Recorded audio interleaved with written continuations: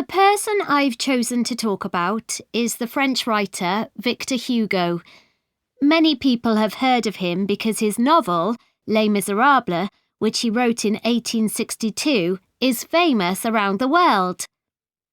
It became a stage musical in the 1980s, and a film version was also released in 2012. So some of us, I'm sure, have a pretty general idea of the plot, but we know much less about the author.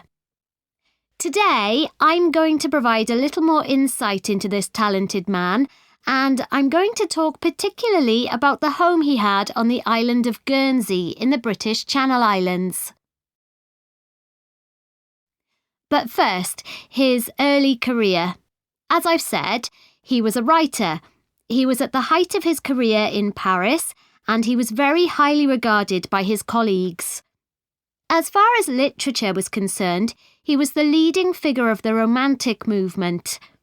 However, as well as being a literary genius, he also gave many speeches about issues like the level of poverty in his society.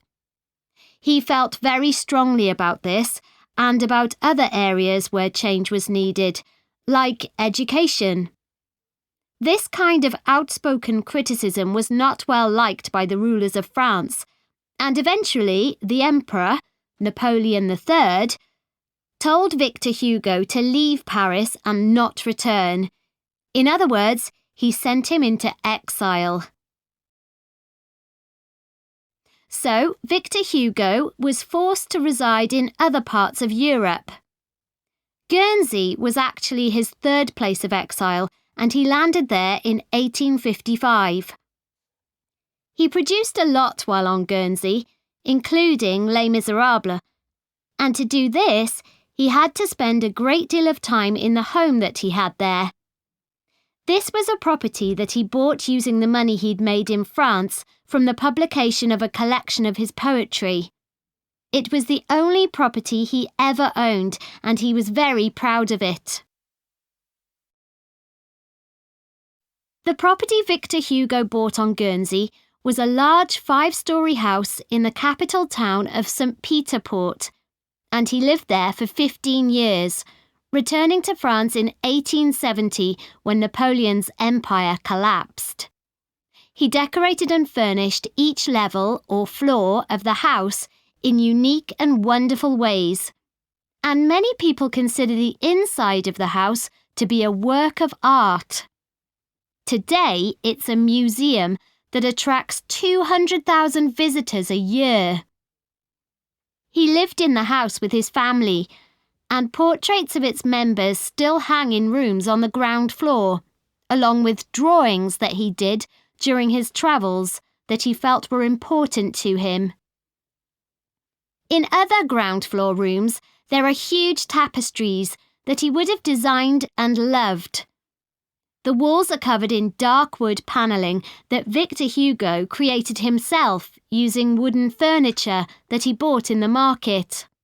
The items were relatively inexpensive, and he used them to create intricate carvings. They gave an atmosphere on the lower level that was shadowy and rather solemn. On the next level of the house, there are 2 impressive lounges where he entertained his guests. One lounge has entirely red furnishings, such as sofas and wall coverings, and the other blue.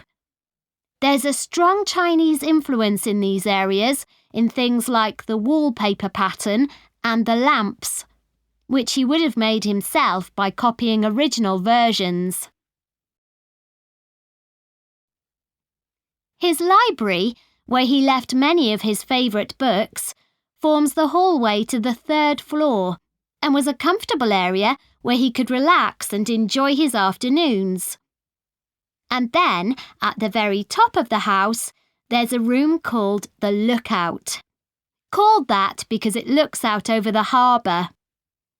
In contrast to the rather dark lower levels, it's full of light and was like a glass office where he would write until lunchtime, often at his desk.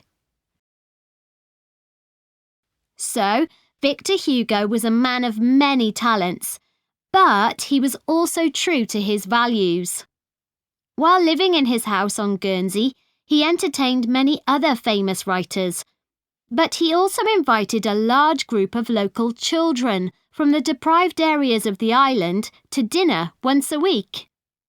What's more, he served them their food, which was an extraordinary gesture for the time period. In 1927, the house was owned by his relatives, and they decided to donate it to the city of Paris. It has since been restored using photographs from the period, and, as I mentioned earlier, is now a museum that is open to the public.